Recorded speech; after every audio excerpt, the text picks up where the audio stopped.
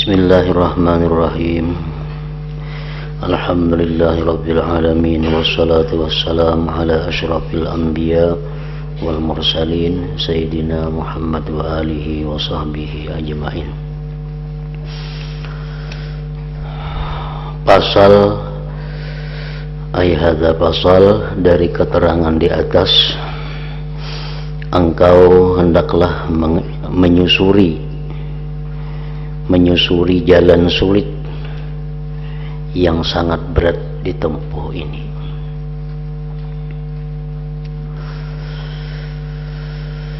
Engkau hendaklah menyusuri jalan sulit yang sangat berat ditempuh ini, yaitu jalan beribadah kepada Allah dengan menolak empat arid,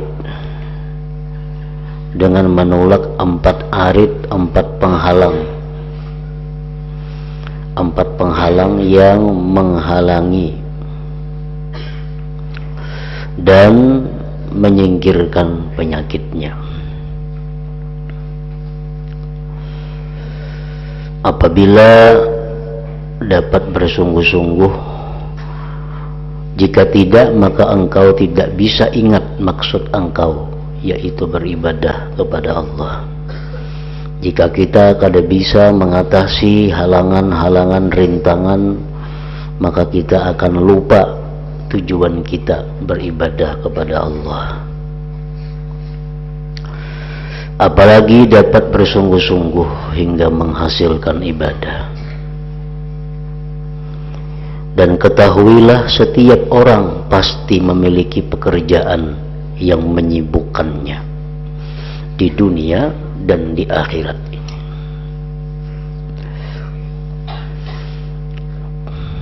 Apabila kita sudah melakukan jalan ibadah kepada Allah, bila kita sudah menentukan amalan-amalan rutin kita setiap hari, maka halangan rintangan itu pasti akan datang,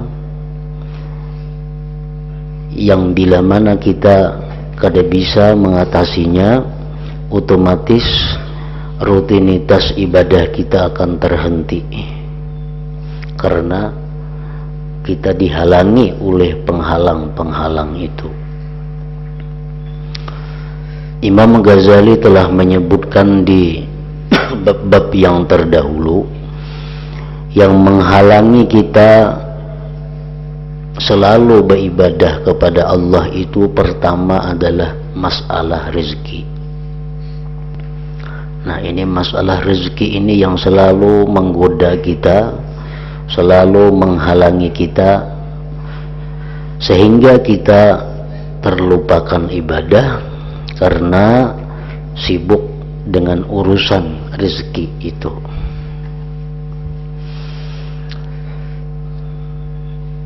Imam Ghazali pun telah menyampaikan bahwa untuk mengatasi halangan mengenai rezeki itu tidak ada jalan lain hanya dengan tawakal kepada Allah.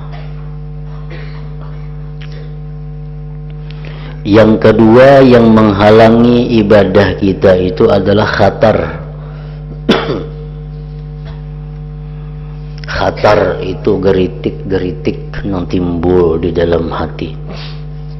Menikam beribadah nang macam ini terus menerus, kayak apa ikam kina mun ikam garing, kemana ikam berubat kada berduit. Mun ikam beribadah aja, kayak apa kina ikam menyekolahkan anak. Mun ikam beribadah aja, kayak apa kina ikam ke ini ke itu. Nah, untuk mengatasi khatar ini hanya satu, yaitu tafwid, yaitu menyerahkan perkara yang akan datang itu kepada Allah Subhanahu wa ta'ala. Kemudian lagi yang bisa menghalangi ibadah kita itu adalah qada, Artinya qada itu ketetapan-ketetapan Allah. Nah, kita beribadah sedemikian rupa, kemudian Allah memutuskan bahwa kita ini akan dapat seperti ini, dapat seperti yang demikian. Nah, untuk mengatasi hal itu adalah ridha. Yang keempat yang menghalangi ibadah kita itu adalah bala bencana. Baik bala itu kepada diri kita, kepada orang-orang yang kita cintai, kepada harta benda. Nah, untuk mengatasi itu hanya ada satu, yaitu dengan sabar. Nah, empat itulah yang seringkali memutuskan rutinitas kita untuk beribadah. Kita beribadah sudah kita atur jadwalnya. Hari ini kita menuntut ilmu, hari ini kita membaca Al-Quran, hari ini kita membaca salawat sekian, hari ini kita berzikir sekian, hari ini kita membaca tasbih sekian. Nah, itu sudah berjalan bagus, rutin. Nah, ini orang ngarannya sudah menjalani jalan yang sebenarnya, yaitu ibadah kepada Allah. Waktu-waktunya itu habis untuk ibadah itu. Nah, datang rintangan tadi, keuangan macet, bisa terjadi karena kita selalu beribadah. Kita kada kabar lagi, kada ada waktu lagi untuk mencari dunia. Rezeki itu bisa macet. Nah, supaya jangan tersendat ibadah kita karena urusan rezeki itu, serahkanlah urusan rezeki itu kepada Allah. Artinya apa? Bahwa andaikan aku memutus ibadah ini, andaikan aku kada membaca ini, aku berusaha, rezekiku nangka itu pangjua, karena sudah ditentukan oleh Allah. Aku berusaha kada berusaha, rezekiku sudah ditentukan oleh Allah. Jadi andai kata aku hari ini kada membaca Quran, aku berdagang, rezekiku kada berbeda, sama aja juga, karena sudah dijatahkan Allah pembagian rezeki itu. Nah, serahkanlah urusan rezeki dengan cara yang demikian itu. Jangan sampai kita beranggapan bahwa karena kita ini habis waktu mengurus dunia, kita habis waktu, kada mayu lagi, kada cukup lagi waktu untuk berusaha karena sibuk beribadah. Jangan dijadikan itu alasan macetnya rezeki. Nah, ini yang berbahaya. Selawas aku kada berusaha lagi, wah ini menuntut ilmu, gawian beribadah, lalu rezeki macet. Nah, ini yang salah. Jangan dihubungkan antara macetnya rezeki itu dengan ibadah. Kenapa? Karena masalah rezeki tadi sudah kita ditentukan oleh Allah, sudah dijatahkan oleh Allah. Nah, tawakallah kepada Allah, serahkanlah urusan rezeki itu kepada Allah. Nah, bisa kita mengatasi itu sehingga kada terganggu dengan macetnya rezeki itu.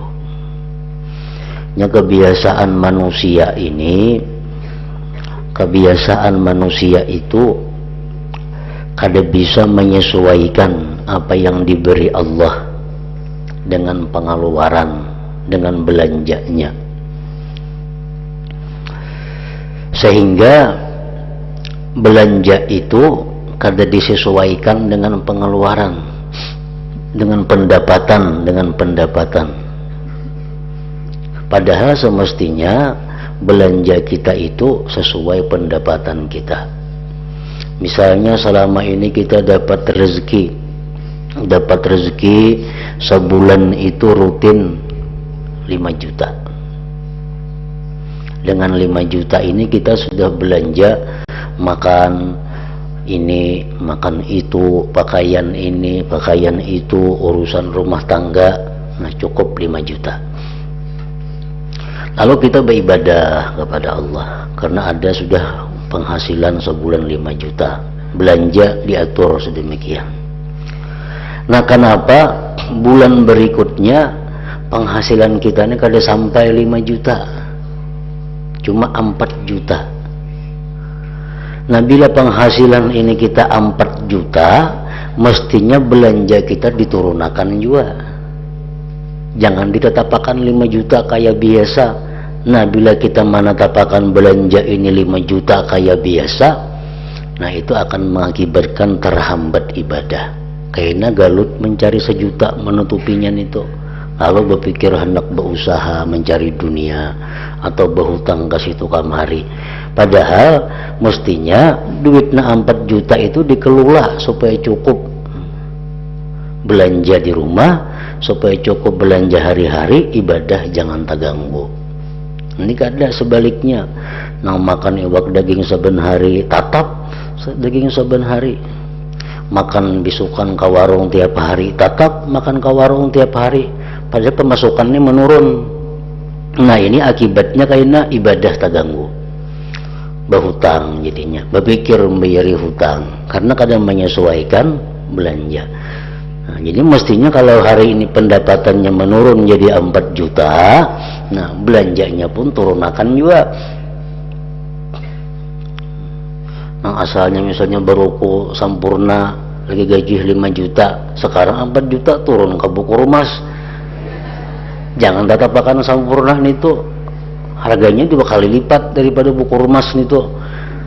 Nah, ini kada tatap pengeluaran, lalu berpikir mencari menutupi itu. Makan yang asalnya 3 kali sehari tatap, padahal mestinya makan tuh kalau diturunkan kualitasnya, kalau diturunkan jumlahnya, sehingga hati dan pikiran kita kada terganggu untuk menutupi kekurangan itu. Itu cobaan orang beribadah kepada Allah. Karena bulan yang ketiga penghasilan tinggal 3 juta pulang, menurun pulang 1 juta. Usaha belanja tetap dipertahankan 5 juta, 2 juta pulang kurangnya. Karena bulan ketiga penghasilan cuma lagi 2 juta, yang gatah turun terus nih kisahnya. Orang berusaha karit gatah turun, penghasilan tinggal lagi 2 juta. Bulannya tetap 5 juta dipertahankan. Nah, di sini kesalahannya umumnya kita di situ. Kada kau menyesuaikan. Nah, bila kita kada kau menyesuaikan itu, otomatis kita berpikir berusaha. Bila sudah berusaha, ibadah-ibadah yang sudah bagus jalannya rutin tarumbak jadinya. Yang dulunya kau mengaji menuntut ilmu tiap hari, bisa jadi 3 kali seminggu, bisa jadi sekali seminggu, bisa perai karena kesibukan. Nah, ini sudah menyimpang daripada jalannya ibadah itu. Nah, itu masalah rezeki. Jadi pengeluaran itu sesuaikan lawan pendapatan. Jangan pendapatan disesuaikan dengan pengeluaran, dibalik nanti lapah jadinya. Nah, kemudian tadi kalau kita beribadah terus, kita kalau mengatasi masalah rezeki, kalau sudah mengatasi dengan cara tawakal kepada Allah, dengan cara mengatur kehidupan, timbul macam-macam geritik hati. Ini anakku ini kena sain genalan, ini hendak sekolah ini, perlu itu, perlu ini. Karena aku makin tua makin uyuh, sakit berobat, perlu ini, perlu itu. Mana duitnya? Padahal beluman lagi, anak halus-halusan, masih awak masih sihat, masih cuma geritik hati ini sudah datang. Mau nikam beribadah nangka ini aja, kayaknya ikam anak genalan, ikam kayaknya sakit-sakitan, kemana ikam berobat mencari duit, kemana ikam menyekolahkan anak. Nah, ujar geritik hati ini. Padahal saling lawasan lagi, anak hanya umur 2 tahun, keparakan sekolah lagi. Nah, menghadapi itu tafwid ngarannya, serahkan lawan Tuhan. Tuhan yang menciptakan anak ini, Tuhan bisa saja mengaturnya, Tuhan bisa saja memeliharanya. Serahkan kepada Tuhan, dan Tuhan sudah berjanji kada akan menyia-nyiakan setiap orang yang menyerahkan kepadanya urusan apapun. Allah sudah berjanji bahwa Allah mencukupi orang yang menyerahkan urusan kepada Allah. Tafwid itu. Nah kemudian jalan ibadah harus kawa diatasi. Datang kaina qada Tuhan. Ternyata anak sudah genalan, awak sudah sakit-sakitan, tetap kita kada berduit, maka diserahkan dua Tuhan sudah. Lagi anak masih umur 2 tahun, anak masih halus, seorang masih sihat, aku beribadah, aku nuntut ilmu. Perkara kena urusan anak, urusan kesehatan, menaku Tuhan aku serahkan lawan Allah. Baik sudah itu. Berjalan bagus ibadah si hamba ini jalan terus. Anak sudah sekolah tika SD, seorang sudah mulai sakit-sakitan, tetap rezeki ini kada bertambah. Nah ini qada Tuhan ngarannya. Kesulitan mengalami kehidupan. Nah di situ diperlukan ridha. Nah, ridha dengan ketetapan Allah, dengan meyakini bahwa seluruh yang ditetapkan Allah kepadaku itu adalah merupakan sesuatu yang baik untuk diriku. Apa yang didatangkan Allah kepadaku itulah yang terbaik untuk diriku. Ini mesti ridha aku, mesti suka terhadap yang demikian. Nah kalau pulang berjalan beribadah terus menerus, datang bala bencana, datang musibah. Nah ini kalau kada sabar menghadapi musibah ini akan menghambat jalannya ibadah yang sudah sekian tahun bagus dibangun dengan sempurna. Nah Imam Ghazali sudah dengan jelas menyampaikan itu, bagaimana halangan-halangan orang beribadah dan bagaimana cara untuk mengatasinya. Arid perintang ibadah yang paling besar dan paling sulit yaitu masalah rezeki dan mengaturnya. Ini yang paling sulit. Masalah rezeki merupakan sesuatu bala besar bagi umumnya masyarakat.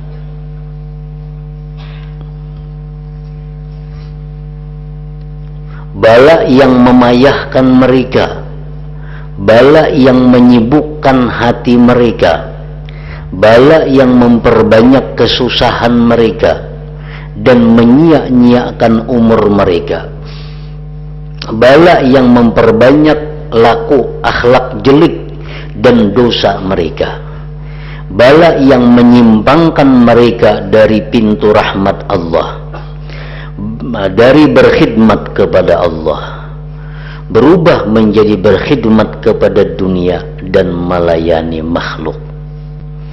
Akhirnya mereka hidup di dunia dalam keadaan lupa dan gelap hati, payah dan kesulitan, hina dan nista, datang ke akhirat dalam keadaan pakir menghadapi siksa dan hisab jika tidak dikasihani Allah dengan anugerahnya. Jadi umumnya yang menghambat orang menuntut ilmu agama masalah rezeki. Umumnya menghambat orang beribadah masalah rezeki. Umumnya orang itu masuk penjara masalah rezeki. Umumnya orang itu bakalahi masalah rezeki. Umumnya orang itu kada tahu disembahyang lagi masalah rezeki. Nah, jadi masalah rezeki ini merupakan bala bencana bagi manusia. Bahkan banyak orang yang mati gara-gara urusan rezeki ini. Orang mendulang, mencari rezeki itu mendulang, longsor tanahnya, matian yang di bawah. Nah, gara-gara urusan rezeki. Urusan rezeki inilah yang membuat kita sengsara, membuat kita payah. Kalau kita kada ditolong oleh Allah, kalau kita kada diberi petunjuk oleh Allah, maka umur kita habis untuk memikirkan rezeki ini. Kita sudah sadar bahwa umur kita ini paling tinggi 100 umpamanya. Bilang kada ada lagi yang 100 tahun, 70, 60 tahun. Kita sadar bahwa banyak di antara manusia itu Banyak di antara manusia yang punya kekayaan, andai kata inya bertahan tuh kada bercari lagi 120 tahun berumur cukup hartanya itu. Ada berisi toko di situ harganya 500 juta. Ada berisi toko di sana harganya 300 juta. Ada berisi kebun gatah sana 10 hektar. Ada berisi ini macam-macam berisi harta. Andai kata ini tuh dia aja lagi nuntut ilmu gawiannya, nuntut ilmu, mengaji, bewirid, anak makan, juhud duitnya ada, habis jual kabun, mati inya sing banyakan tak tinggal lagi hartanya itu. Nah disinilah manusia ini lupa, disinilah kita ini salah. Mestinya amun Tuhan sudah memberi inangka itu begegana lagi, Tuhan aja lagi dihubungi, Tuhan aja lagi dikhidmati. Ini anak gin memakan ya tuh kada habis, ini mati, anaknya mewaris ya tuh kada habis, anak itu seumur anaknya masih ada lagi hartanya. Ini masih sibuk aja lagi mencari dunia, masih sibuk. Arti sibuk itu artinya waktunya banyak habis urusan dunia. Mana ada menuntut ilmu, mana ada bewirid sejam duduk tahan, asal duduk di paku muridnya. Nah di sini salahnya kita kadang menyadari itu. Artinya di antara sebagian kita ada nangka itu. Kita berisi harta misalnya, berisi duit nih 1 miliar, berisi duit. Dan ada nangka itu orang berisi duit 1 miliar banyak aja. Amunnya orang ini sudah berumur misal 40 tahun, sudah berumur 40 tahun, berisi duit 1 miliar. Setahunnya menghabiskan duit misalnya 100 juta, setahun 100 juta, 10 tahun hanya habis 1 miliar itu. Setahun 100 juta tuh ganal bana biaya hidup.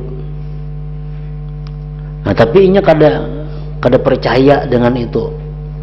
Dianggapnya yang 1 miliar ini bisa habis dalam 2-3 hari.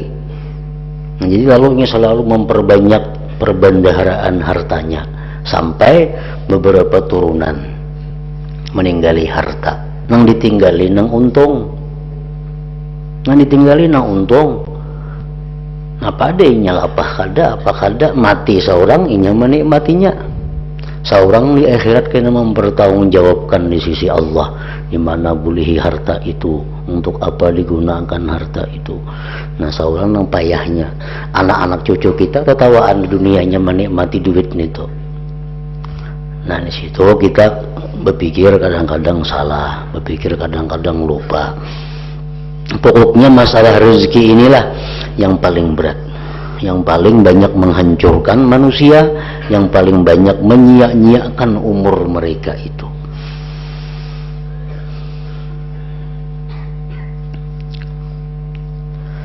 Coba renungkanlah, coba pikirkanlah berapa saja ayat yang diturunkan Allah dalam masalah rezeki ini. Berapa kali Allah menyebutkan janji-janjinya, penanggungannya dan sumpahnya sehubungan dengan masalah rezeki itu dalam kitab Al-Quran. Para nabi dan para ulama selalu memberi fatwa kepada manusia, menerangkan kepada mereka mengenai jalan menuju keridhaan Allah. Jalan keridhaan Allah itu hanya satu, adalah ibadah, bukan yang lain. Jalan keridhaan Allah hanya beribadah kepada Allah.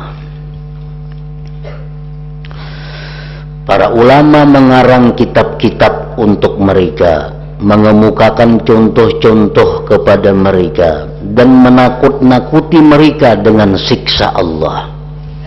Kamu mau cari duit nang kada halal, nah siksanya berat.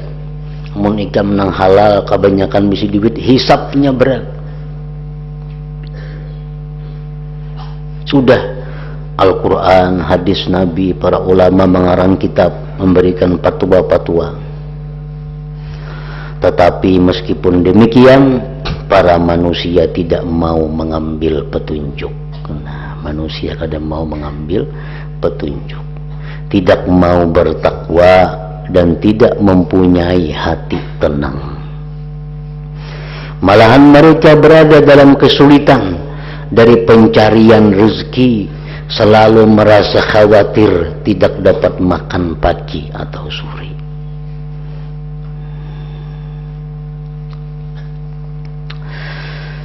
Asal semua itu adalah lantaran sedikitnya perenungan terhadap ayat-ayat Allah. Kenapa manusia itu makan mati-matian mengumpulkan duit? Padahal duit yang ada sudah kawa bertahan 100 tahun. Masih habis-habisan waktu mencari duit. Karena orang ini kadang merenungi ayat Allah. Kadang merenungi ayat Allah. Mengaji, menuntut ilmu sudah tuha. Sudah di mana hati itu dikuasai oleh duniawi. Kan hati ini bila hibak kada muat laginya. Hati itu hibak. Jadi kalau ada masuk ajaran-ajaran agama, ada masuk ayat Quran, ada masuk fatwa ulama, nyompat lalu aja hibak kada kawa singgah. Jadi belalu aja inya. Kenapa sebabnya? Mulai kekanakan orang ini sudah dididik untuk mencari dunia dan mencintai dunia. Nah, kalau sudah tua hanya mengaji, ngalih merubahnya. Jadi kalau kadang mulai lagi halus, maka dididik bahwa hidup ini untuk beribadah.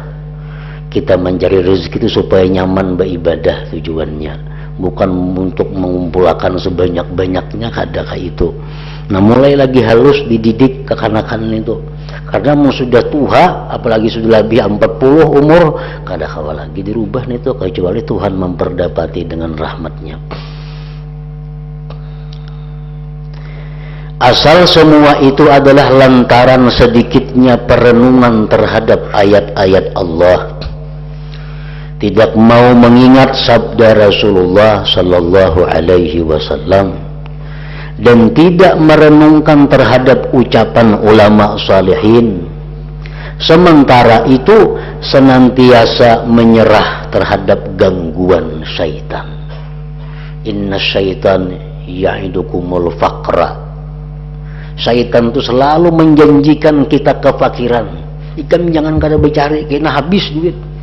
Ikam jangan kada bercari kena habis duit, kena ngalih anak ikam. Anak sudah tukarakan rumah, sudah tukarakan toko, sudah dimudali. Kasihan kena cucu ikam.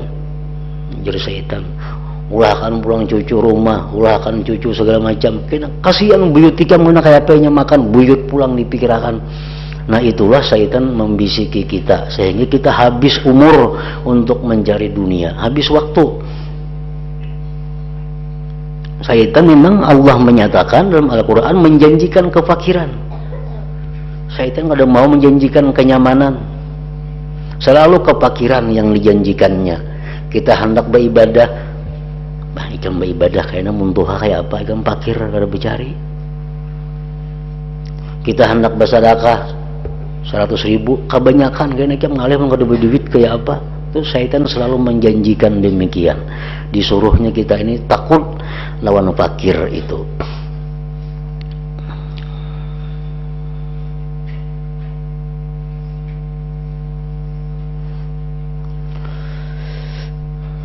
Sementara itu senantiasa menyerah terhadap gangguan syaitan. Menurut kepada perkataan orang-orang bodoh, orang-orang bodoh dituruti.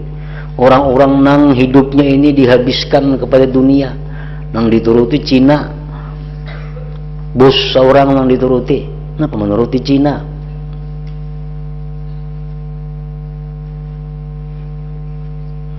Saran-saran Cina yang dituruti supaya menghidupkan duniawi. Ada mau saran-saran Nabi, menuruti perkataan orang-orang bodoh yang diulah paduman. Cina dituruti. Cina itu jar ini kada mau beri orang 1.000 duit bila kada masuk dahulu 2000. Nah itu Cina nang dituruti. Ke anak cucu ditanamakan nang ucapan Cina nih tuh. Nah ini tuh kesalahan kita. Amun ujar Nabi kalau kurang kita hendak berusaha nih tuh supaya rezeki bagus, rezeki berberkah, belum berusaha sudah kita bersedekah. Antu ajaran Nabi ke itu. Supaya rezeki hari ini bagus, rezeki hari ini penuh berkah dari Allah, belum buka toko sudah berbagi duit. Nah, 10.000 seorang dibagi dulu. Nya kada menurutin Nabi, Cina diturutinya. Jadi Cina ikan boleh memberi orang 1.000 asal berhujung 2.000 dulu maka. Bila ikan kada berhujung 2.000 jangan nak memberi orang. Nah itu Cina. Itu nang diturutinya. Menurut kepada perkataan orang-orang bodoh dan terbujuk oleh kebiasaan orang yang melalaikan Allah. Dan terbujuk oleh kebiasaan orang yang melalaikan Allah. Tuh si anu tuh baik dituruti, nyegiat bicari.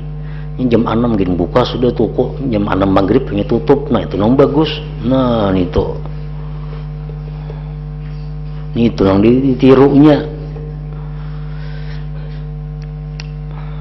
Dan terbujuk oleh kebiasaan orang yang melalaikan Allah sehingga syaitan dengan mudah dapat menguasai mereka. Dan kebiasaan mengakar di hati mereka. Nah mengakar nih nangalih. Kita mulai lagi halus dididik sudah nangka itu. Sampai umur 40-50 tahun hanya hendak mengaji. Namun orang yang ada ditolong Allah sulit berubahnya. Kenapa? Sudah jadi darah dagingnya pemahaman-pemahaman nang salah. Sudah jadi darah dagingnya contoh-contoh nang kada baik.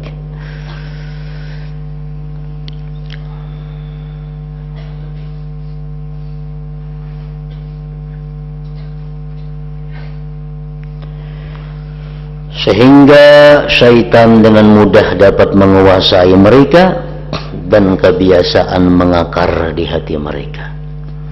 Penyerahan itu menyerah kepada syaitan, menyerah kepada orang-orang nang bodoh tadi menyebabkan kelemahan hati dan menipisnya keyakinan. Kayak apa hendak bakuat keyakinan, namun syaitan dituruti, kawan-kawan nang bodoh dituruti, kayak apa hendak kuat keyakinannya.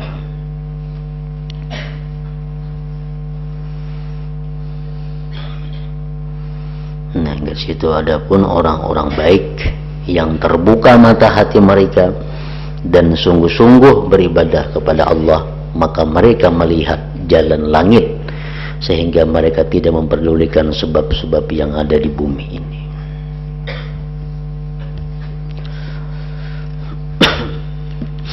La hadratin Nabi sallallahu alaihi wasallam al-Fatihah. Iyyaka na'budu wa iyyaka nasta'in. Ihdinas siratal mustaqim. Bismillahirrahmanirrahim. Alhamdulillah rabbil alamin. Allahumma shalli wa sallim ala sayyidina Muhammad wa alihi wa sahbihi ajma'in. Allahumma ighfir lana ma akhta'na wa ma ta'ammadna wa ma asrarna wa ma a'lanna wa ma asrafna wa ma anta a'lam bihi minna. Antal muqaddim wa antal muakhir, la ilaha illa anta. Allahumma anfa'na bima 'allamtana wa 'allimna ma yanfa'una wa zidna fahman wa ilman wa amalan wa huda wa taufiqa bi rahmatika ya arhamar rahimin. Sallallahu ala sayyidina Muhammad wa alihi wasallam. Alhamdulillah.